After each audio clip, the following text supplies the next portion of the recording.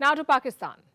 It's hard not to talk about Pakistan. Every day seems worse than before. The country has descended into chaos. It's a bit of a tragic comedy. The economy is going down the drain. Milk is selling at more than 200 rupees per litre. The military is beating up civilians. Ministers are being charged with sedition for derailing an IMF deal. And a former prime minister is said to have abused the Saudi crown prince in pure Punjabi. Pakistan has become a parody of itself. There's so much happening, it's hard to make sense of it. Let's take this one by one. Inflation is bleeding Pakistanis. Here is the latest headline. 1 litre of milk in Pakistan's Karachi now costs 210 rupees. 210 rupees for 1 litre of milk. It's a very big deal for the average Pakistani. Pakistan consumes a lot of milk. As of 2019, one person on an average consumes over 230 litres of milk every year. So as per the current prices, your annual milk bill will be close to 50,000 rupees in Pakistan. How many people can afford that? 50,000 on milk per person. And this is in a country that also produces a lot of milk. Pakistan is the world's third largest producer, yet prices have shot through the roof. Same for chicken.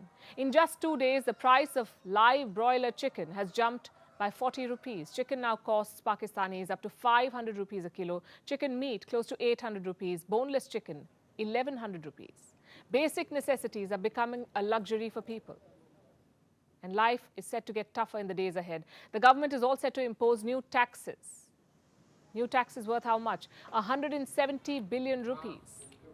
Why the sudden push for new taxes? Apparently that's what the IMF wants. So at a time when Pakistanis are doling out more money for basic necessities, they'll also have to pay more taxes to the government.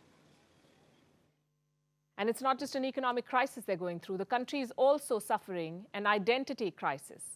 Pakistan is a military with a country. That's all they have, their army.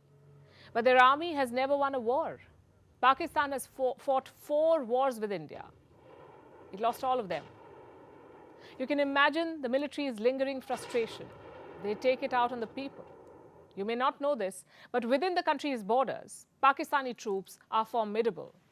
If you're a motorcyclist on Pakistan's roads and you happen to be hit by a Pakistani Ranger's vehicle, you should prepare yourself for a beating of a lifetime. This video from Karachi will tell you the whole story.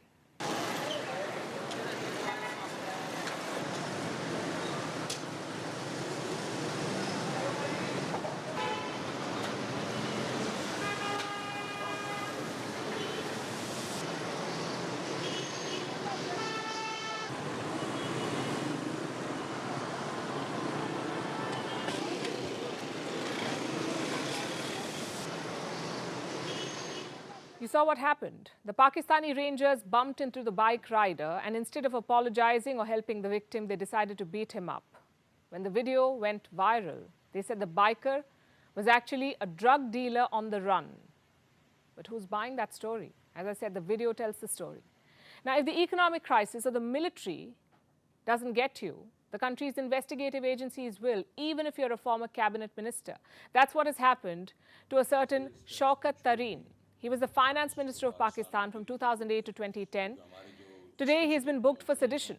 Why? Pakistan's Federal Investigation Agency says he tried to sabotage a bailout deal between Pakistan and the IMF. And how did he do that?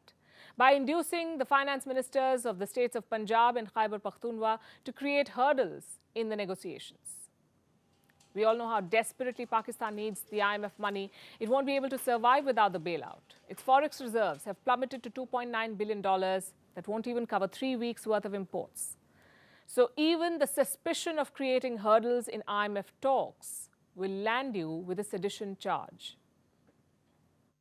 Now, so far, Pakistan has survived on dole from friends, like Saudi Arabia, a wealthy nation which Pakistan turns to whenever it needs money. But how does it repay this debt? With abuses in Punjabi.